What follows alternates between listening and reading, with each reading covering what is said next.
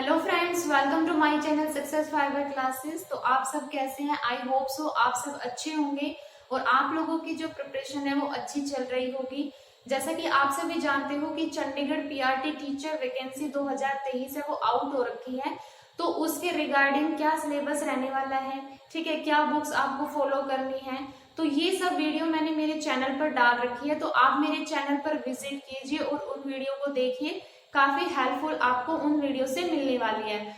आज की जो वीडियो है वो आपकी डिमांड पर है। जैसा कि आपने बोला था कि जो चंडीगढ़ पीआरटी के जो अदर सब्जेक्ट हैं जितने भी बच गए हैं उनका जो सब्जेक्ट मतलब सिलेबस है वो टॉपिक वाइज है वो बताया जाए। तो आज की जो वीडियो है इसके अंदर हम चंडीगढ़ पीआरटी में जो हिंदी आएगी, जनरल हिंदी, उसके जो टॉपिक है वो डिस्कस करेंगे। जैसा कि आप सभी जानते हैं कि यहाँ पर जो हिंदी होगी वो 10 नंबर की आएगी। तो 10 नंबर में यहाँ पर आपको कितने टॉपिक है वो पढ़ने हैं, क्या क्या टॉपिक आपको पूरे अच्छे से कवर करना है। तो चलिए शुरू करते हैं हम अपनी वीडियो को। जैसा कि आप यहाँ पर देख पा रहे हैं कि चंडीगढ़ पीआरटी हिंदी सिलेबस हम डिस्कस कर रहे हैं। तो यहाँ से जब मैं हिंदी की बात करती हूँ तो आपको पता है 10 मार्क्स की हिंदी आएगी, मतलब 10 क्वेश्चन है वो हिंदी के बनेंगे। तो आपको यहाँ पर कौन कौन से टॉपिक है वो पढ़ने हैं। तो प्रीवियस ईयर के जब हम क्वेश्चन पेपर देखते हैं जो कि गेस्ट फैकल्टी के हुए थे एसएससी चंडीगढ़ के, तो उसमें से तो हिंदी के ना बहुत कम टॉपिक से क्वेश्चन आए हुए हैं। लेकिन आपको क्या करना है, हिंदी में जितने भी टॉपिक हैं उन सबको कवर करना है, क्योंकि क्या पता अब जो एग्जाम हो उसमें जो सारे टॉपिक्स हैं उनसे क्वेश्चन बने। तो आपको यहाँ पर हिंदी को बिल्कुल अच्छे से है वो कवर करना है। तो सबसे पहला जो टॉपिक आपको यहाँ पर पढ़ना है वो पढ़ना है संज्ञा, ठीक है। संज्ञा को आपको बिल्कुल अच्छे से पढ़ना है। संज्ञा की डेफिनेशन मतलब उसके जो भेद होते हैं, व्यक्तिवाचक संज्ञा, जातिवाचक संज्ञा, भाववाचक संज्ञा, उनके जो एग्जाम्पल होते हैं आपको बिल्कुल अच्छे से पढ़ना है, ठीक है। फिर उसके बाद जो अगला टॉपिक है यहाँ पे सवर्नाम। सवर्नाम के जो भेद है ना, सवर्नाम के जो भेद है, जो कि 6 सवर्नाम के भेद होते हैं, उनको आपको पूरे अच्छे से पढ़ना है, क्योंकि जो क्वेश्चन होते हैं वो डायरेक्ट नहीं बनते, वो इनडायरेक्ट बनते हैं, ठीक है। तो आपको यहाँ पर जो सवर्नाम के भेद है उनको भी बिल्कुल अच्छे से पढ़ना है। खासकर जो पुरुषवाचक सवर्नाम है उसके अंदर जो उसके 3 भेद होते हैं, जैसे अन्य पुरुष हो गया, उत्तम पुरुष हो गया, मध्यम पुरुष हो गया, तो उनसे क्वेश्चन है वो बहुत ज्यादा बनते हैं। तो आपको वो अच्छे से पता होना चाहिए, ठीक है। उसके बाद जो हमारा नेक्स्ट टॉपिक है यहाँ पर पढ़ना है आपको विशेषण। तो विशेषण के जितने भी 4 भेद होते हैं उनसे भी क्वेश्चन बनते हैं, ठीक है। जैसे गुणवाचक हो गया, संख्यावाचक हो गया, परिमाणवाचक हो गया, सार्वनामिक हो गया। तो सार्वनामिक जो विशेषण है आप उसको बिल्कुल अच्छे से पढ़िए, क्योंकि सार्वनामिक जो विशेषण होता है उसमें बच्चों को ज्यादातर डाउट रहता है। तो इसको भी आप बिल्कुल अच्छे से कवर कीजिएगा। वीडियो में मैं ये भी बताऊंगी कि आपको जो ये टॉपिक है कौन सी बुक से पढ़ना है, तो बिल्कुल लास्ट तक आप बने रहिए। उसके बाद फिर जो आपको अगला टॉपिक करना है वो करना है क्रिया विशेषण। क्रिया विशेषण एक ऐसा टॉपिक है जिससे क्वेश्चन है वो बनते ही बनते हैं। इसको कोई, चाहे आप किसी भी एग्जाम की बात कर लो, चाहे आप DSSB की बात कर लो, कितनी भी और एग्जाम हो, क्रिया विशेषण से जो क्वेश्चन होते हैं वो बहुत ज्यादा आते हैं। जो इसके भेद होते हैं, रीतिवाचक हो गया, और भी जो इसके भेद होते हैं उससे क्वेश्चन है वो बहुत ज्यादा बन रहे हैं। तो आप इसको अच्छे से पढ़ना।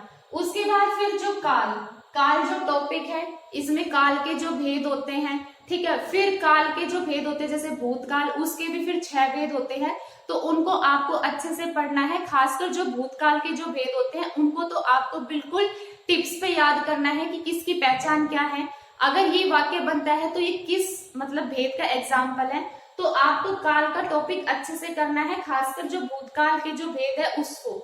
उसके बाद फिर आता है पदबंध। पदबंध में आपको संज्ञा पदबंध भी करना है, सवर्नाम भी करना है, और विशेषण पदबंध है, ये सारे आपको करने हैं। साथ में आपको क्रिया विशेषण पदबंध है वो भी अच्छे से करना है। उसके बाद फिर विराम चिन्ह। जितने भी विराम चिन्ह होते हैं हिंदी में उनका यूज कहाँ पर होता है, भाई इसमें क्वेश्चन कैसे बनता है कि आपको 4 वाक्य दे दिए जाते हैं, उसमें ये पूछा जाता है कि इनमें से कौन सा करेक्ट है विराम चिन्ह के जरिए, ठीक है। तो आपको विराम चिन्ह में अच्छे से पढ़ना है, जितने भी विराम चिन्ह होते हैं उसका यूज कहाँ कैसे होता है, ठीक है। तो वो सब आपको अच्छे से पढ़ना है। फिर तत्सम तद्भव, ये आप एक बार देख लेना कि कौन से शब्द तत्सम में आते हैं, कौन से शब्द वो तद्भव में आते हैं। उसके बाद फिर अगला टॉपिक है मुहावरे और लोकोक्तियां। ये भी आप एक बार पढ़ लेना, क्योंकि मुहावरे और जो लोकोक्तियां है ये अपने आप में बहुत ज्यादा वास्ट होती हैं, बहुत सारे मुहावरे हैं, बहुत सारी लोकोक्तियां हैं, तो आप किसको कितना याद रखोगे। तो ये आप एक बार रिवाइज कर लेना, जो भी आपको बुक मिले वैसे मैं इसमें बुक बताऊंगी। उसके बाद फिर है मोस्ट इम्पोर्टेंट टॉपिक जो कि है हमारा वाक्य। ठीक है, वाक्य में जितने भी इसके जैसे सरल वाक्य हो गया, मिश्रित वाक्य हो गया, संयुक्त वाक्य हो गया, तो ये भी आपको अच्छे से पढ़ना है। और जो इनकी डेफिनेशंस होती है, जैसे मिश्रित वाक्य हो गया, इसकी डेफिनेशंस को अच्छे से पढ़ना, क्योंकि कई बार जो एग्जाम में क्वेश्चन है वो डेफिनेशन से भी बनते हैं। ठीक है, और इसकी जो पहचान होती है, इसके जितने भी जैसे मिश्रित वाक्य की पहचान क्या होती है कि जो भी जय से शुरू होने वाले शब्द होते हैं वो हमारे मिश्रित वाक्य में जाते हैं। तो आपको इस तरह से इनकी पहचान याद रखनी है। ठीक है, उसके बाद फिर संयुक्त वाक्य के जितने भी मतलब शब्द होते हैं, जैसे इसलिए, अतः, तो ये सब आपको ना अच्छे से मतलब इसके सारे शब्द है वो याद होने चाहिए। उसके बाद फिर उच्चारण स्थान आपको पढ़ना है कि किस वर्ग का, जैसे हमारे पास क वर्ग होता है, ट वर्ग होता है, च वर्ग होता है, प वर्ग होता है, तो उन सब का आपको उच्चारण स्थान है वो अच्छे से करना है कि क वर्ग का उच्चारण स्थान क्या होता है, प वर्ग का क्या होता है, त वर्ग का होता है। ठीक है, ये सब आपको पढ़ना है। और इसमें खासकर आपको कौन सा पढ़ना है, जो सघोष और अघोष होते हैं ना, इनको तो आपको अच्छे से पढ़ना ही पढ़ना है। इससे क्वेश्चन तो बनता ही बनता है सघोष और अघोष से। ठीक है, इसके बाद जो मैंने यहाँ पर एक टॉपिक छोड़ दिया वो है क्रिया। जो क्रिया टॉपिक है इसको भी अच्छे से करना है। कई बच्चों को इसमें बहुत ज्यादा डाउट होता है, क्रिया के भेद, खासकर जो प्रेरणार्थक क्रिया होती है, जो नाम धातु क्रिया होती है, उनसे क्वेश्चन है वो ज्यादा बनते हैं। तो क्रिया टॉपिक को आपको अच्छे से पढ़ना है कि अकर्मक की क्या पहचान होती है, सकर्मक क्रिया की क्या पहचान होती है। इसमें कई बार क्या होता है कि जैसे क्रिया दे दी जाती है तो पूछता है कि ये सकर्मक क्रिया है, ये अकर्मक क्रिया है, तो उसमें आपको फिर उसका सेंटेंस बना के देखना पड़ता है। ठीक है, फिर आपको उसकी पहचान याद रखनी पड़ती है कि सकर्मक क्रिया में क्या का आंसर मिलता है। तो इस तरह से आपको जो क्रिया टॉपिक है इसको पूरा अच्छे से कवर करना है, क्योंकि बच्चे को क्रिया में तो बहुत ज्यादा डाउट रहता है। तो ये थे मैंने टॉपिक जो इम्पोर्टेंट बताए हैं। इसके अलावा जो और भी टॉपिक बचते हैं, जैसे कॉम्प्रिहेंशन वाला, उसको भी आपको एक बार किसी भी बुक से कर लेना है। अब मैं यहाँ पर बताती हूँ बुक, आपको किस बुक से पढ़ना है। तो अपनी जो 9th 10th में अपनी हिंदी ग्रामर की जो बुक लगती है ना, आप या तो वो कर लीजिए, या फिर राजस्थान के अंदर चलती है 9th 10th में नवीन हिंदी व्याकरण की बुक, इसका नाम है नवीन हिंदी व्याकरण। तो ये इसकी पीडीएफ है वो आसानी से मिल जाती है, अगर आप गूगल पे सर्च करते हो नवीन हिंदी व्याकरण। तो उसमें क्या है, तत्सम तद्भव तो बहुत सारे दिए हुए हैं, साथ में मुहावरे और लोकोक्तियां भी बहुत सारी दी हुई है। तो आप इसकी पीडीएफ को भी डाउनलोड कर सकते हैं, नवीन हिंदी व्याकरण।